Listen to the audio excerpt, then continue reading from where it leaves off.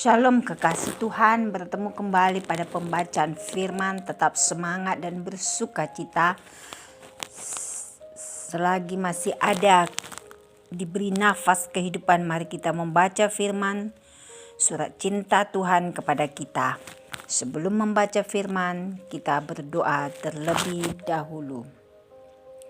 Sebab di bawah kolong langit ini tidak ada nama lain yang diberikan kepada manusia yang olehnya kita dapat diselamatkan.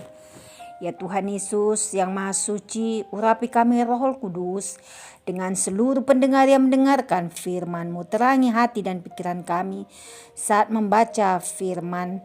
Kami mulai pembacaan firman ini hanya di dalam nama Tuhan Yesus yang Maha Dahsyat. Haleluya. Amin. Imamat 14. Tuhan berfirman kepada Musa, inilah yang harus menjadi hukum tentang orang yang sakit kusta pada hari pentahirannya.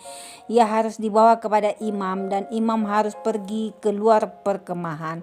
Kalau menurut pemeriksaan imam penyakit kusta itu telah sembuh daripadanya, maka imam harus memerintahkan supaya bagi orang yang akan ditahirkan itu diambil 2 ekor burung yang hidup dan yang tidak haram, juga kayu aras, kain kirmizi dan hisop.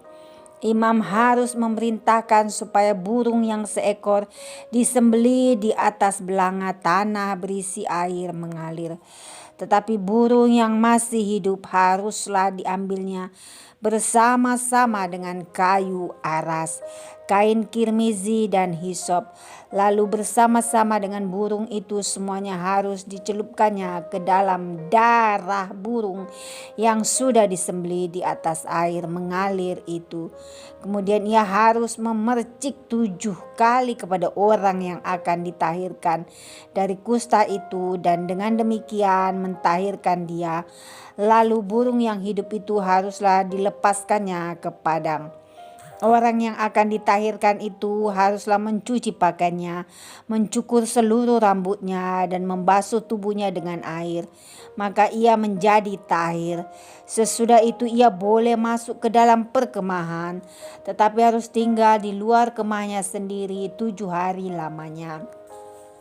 Maka pada hari yang ke-7 ia harus mencukur seluruh rambutnya, rambut kepala, janggut, alis, bahkan segala bulunya harus dicukur, pakaiannya dicuci dan tubuhnya dibasuh dengan air. Maka ia menjadi tahir.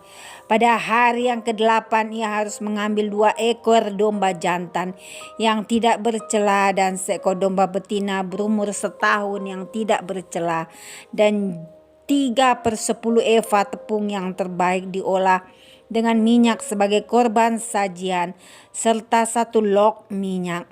Imam yang melakukan pentahiran itu harus menempatkan orang yang akan ditahirkan bersama-sama dengan persembahannya di hadapan Tuhan di depan pintu kemah pertemuan. Dan ia harus mengambil domba jantan yang seekor dan mempersembahkannya sebagai tebusan salah bersama-sama dengan minyak yang 1 log itu, dan ia harus mempersembahkannya sebagai persembahan unjukan di hadapan Tuhan. Domba jantan itu harus disembelihnya di tempat orang menyembelih korban penghapus dosa dan korban bakaran, di tempat kudus karena korban penebus salah. Begitu juga korban penghapus dosa adalah bagian imam. Itulah bagian maha kudus. Imam harus mengambil sedikit dari darah tebusan salah itu dan harus membubuhnya pada cuping telinga kanan dari orang yang akan ditahirkan, dan pada ibu jari tangan kanan, dan pada ibu jari kaki kanannya. Imam harus mengambil sedikit dari minyak yang 1 log itu dan menuangnya ke telapak tangan kiri imam sendiri. Ia harus mencelupkan jari kanannya ke dalam minyak yang di telapak tangan kirinya itu, Dan sedikit dari minyak itu haruslah dipercikkannya dengan jarinya 7 kali di hadapan Tuhan. Dari minyak selebihnya imam harus membubuh sedikit pada cuping telinga kanan orang itu, pada ibu jari tangan kanannya di tempat mana darah tebusan salah dibubuhkan. Dan apa yang tinggal dari minyak itu haruslah dibubuhnya pada kepala orang yang akan ditahirkan. Dengan demikian imam mengadakan pendamaian bagi orang itu di hadapan Tuhan. Imam harus mempersembahkan korban penghapus dosa dan dengan demikian mengadakan pendamaian bagi orang yang akan ditahirkan dari kenajisannya. Dan sesudah itu ia harus menyembelih korban bakaran. Kemudian imam harus mempersembahkan korban bakaran dan korban sajian di atas mezbah. Dengan demikian imam mengadakan pendamaian bagi orang itu, maka ia menjadi tahir. Tetapi jikalau orang itu miskin dan tidak mampu, ia harus mengambil domba jantan seekor saja sebagai tebusan salah untuk persembahan unjukan, supaya diadakan pendamaian bagi orang itu. Juga 1/10 eva tepung yang terbaik diolah dengan minyak untuk korban sajian dan 1 log minyak. Dan lagi 2 ekor burung terkukur atau 2 ekor burung merpati sekadar kemampuannya. Yang seekor harus menjadi korban penghapus dosa dan yang seekor lagi menjadi korban bakaran. Pada hari yang ke-8 ia harus membawa semuanya untuk pentahirannya kepada imam ke depan pintu kemah pertemuan di hadapan Tuhan. Kemudian imam harus mengambil domba tebusan salah dan minyak yang 1 log itu. Lalu imam harus mempersembahkan semuanya sebagai persembahan unjukan di hadapan Tuhan. Dan ia harus menyembelih domba tebusan salah, dan imam harus mengambil sedikit dari darah tebusan salah itu dan membubuhnya pada cuping telinga kanan orang itu dan pada ibu jari tangan kanan dan ibu jari tangan kanannya. Dan imam harus menuang sedikit dari minyak itu ke telapak tangan kirinya sendiri. Lalu sedikit dari minyak itu haruslah dipercikkan oleh imam dengan jari kanannya 7 kali di hadapan Tuhan.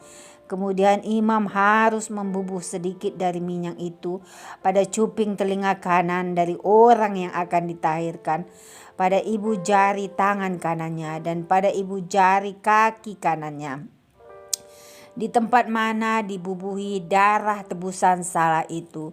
Dan minyak selebihnya haruslah dibubuhnya pada kepala orang yang akan ditahirkan, supaya diadakan pendamaian bagi orang itu di hadapan Tuhan. Lalu ia harus mempersembahkan seekor dari kedua burung tekukur atau anak burung merpati yang dibawa orang itu sekadar kemampuannya, yang seekor sebagai korban penghapus dosa dan yang seekor lagi sebagai korban bakaran di samping korban sajian. Dengan demikian imam mengadakan pendamaian bagi orang yang akan ditahirkan di hadapan Tuhan. Itulah hukum tentang pentahiran seorang yang kena kusta yang tidak mampu. Tuhan berfirman kepada Musa dan Harun, apabila kamu masuk ke tanah Kanaan yang akan kuberikan kepadamu menjadi milikmu, dan aku mendatangkan tanda kusta di sebuah rumah di negeri milikmu itu, maka pemilik rumah itu harus datang memberitahukannya kepada imam, ada kelihatan seperti tanda kusta di rumahku. Maka imam harus memerintahkan supaya rumah itu dikosongkan sebelum ia datang memeriksa tanda kusta itu, supaya jangan menjadi najis segala yang ada di dalam rumah itu. Dan sesudah itu barulah imam datang untuk memeriksanya.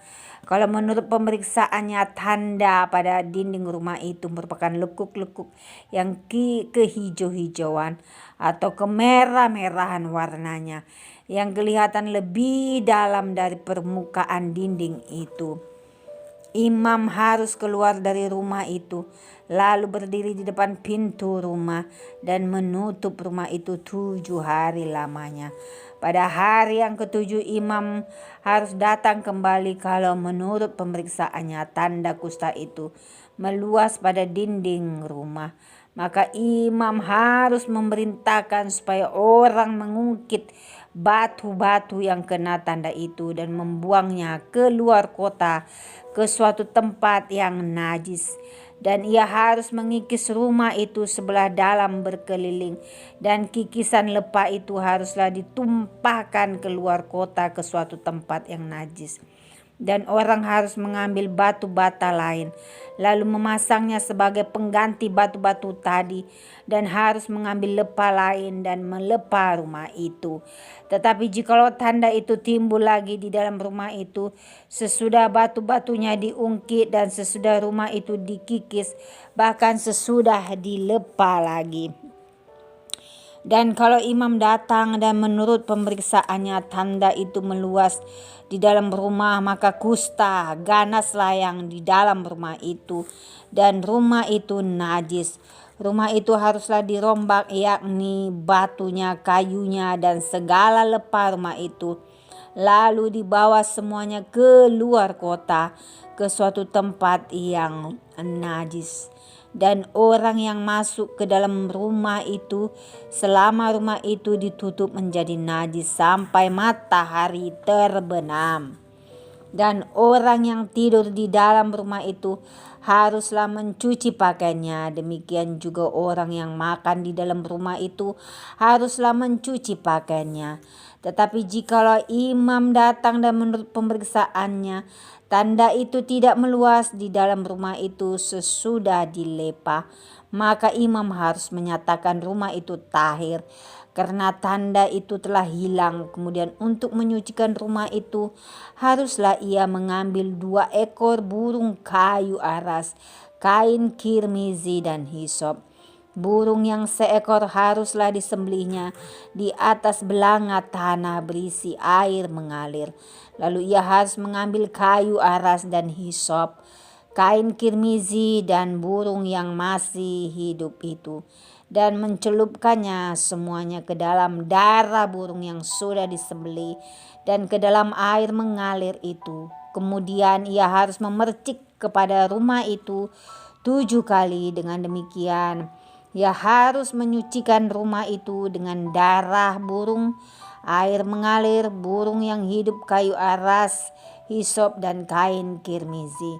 Dan burung yang hidup itu harus dilepaskannya keluar kota ke padang. Dengan demikian ia mengadakan pendamaian bagi rumah itu, maka rumah itu menjadi tahir. Itulah hukum tentang setiap penyakit kusta, kudis kepala, tentang kusta pada pakaian dan rumah, tentang bengkak, bintil-bintil, dan panau, untuk memberi petunjuk dalam hal najis atau dalam hal tahir. Itulah hukum tentang kusta. Amin. Terima kasih Tuhan Yesus yang maha baik, maha dahsyat. Kami sudah memperdengarkan dan mendengarkan firman hari ini. Berkati para pendengar channel YouTube ini. Berikan kesehatan, rezeki, kekuatan iman yang baru dalam menjalani kehidupan hari ini. Kuasa darah Yesus membungkus kami untuk terus maju, membaca, merenungkan, serta melakukan firman-Mu. Bagi orang percaya tidak ada yang mustahil. Haleluya. Amin.